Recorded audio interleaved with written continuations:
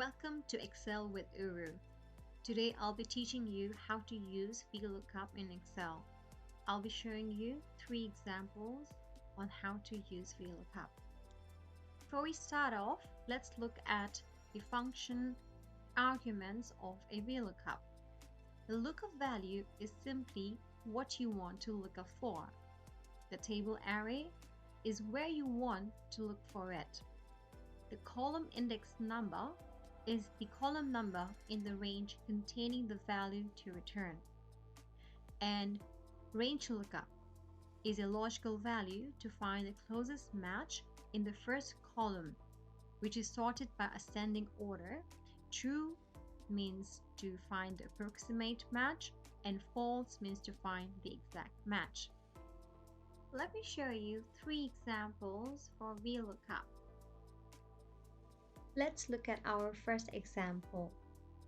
In this example, we are going to look at this table where we are given products and revenue, and we want to find the revenue of the given product. For example, let's say we have a lot of data set and we need to find the revenue of a given product in a second. What we can do is we can use our function VLOOKUP. Let's type in VLOOKUP, open bracket. Our lookup value is going to be F5, which is our product name. Our table array is going to be our table with the product and revenue. Let's lock in. To lock in, press F4. Type in comma. Our column index number here is going to be 2. For VLOOKUP function, column B is going to be column 1 and column C is going to be column 2. So we need to choose 2 to get our revenue as an answer.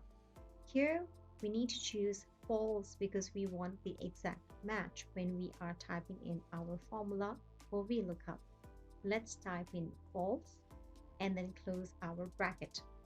Once we close our bracket, here we have our answer for the product blender, which is 4,689.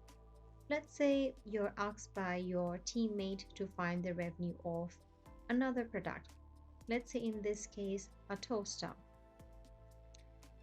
So if we type the name toaster in product, the cell F5, it automatically gives us the revenue, which is 10,436. Now let's see if we use true instead of false in our VLOOKUP function. Here in our example, we have the product name as washing machine and the revenue is 9,616.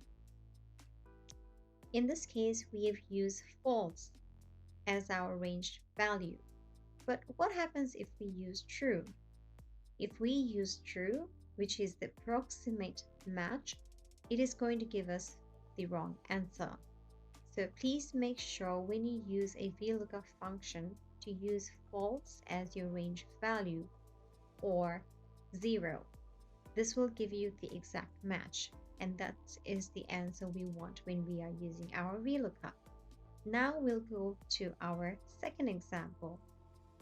In this example too, I'm going to show you what happens if there is a blank space in front or after the product name.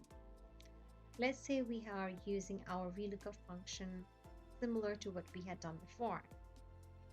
We have chose our lookup value, we have chose our table array, we have chose the column index as 2, and we're going to choose false as the exact match. So here it gives us NA. The reason is, if you look over washing machine, there is a space in front of the product name washing machine. That's why Excel is not giving us an answer for the revenue. What we need to do is we need to use another function in Excel along with VLOOKUP, and the function is called trim. Let's use trim and VLOOKUP and find the answer. So in our function VLOOKUP, before the table array, let's type in trim. Open bracket and then close bracket within the table array. Once you have done that, make sure you hit Control Enter. At this stage, it is giving us 98,616 as a text, not accounting currency. So to make it as an accounting currency or a dollar value, we just have to add in +0. Hit enter after that.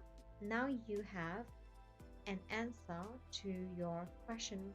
Product name washing machine and the revenue is 98,000. Let's go to third example. In our third example, I'm going to introduce VLOOKUP function and if function.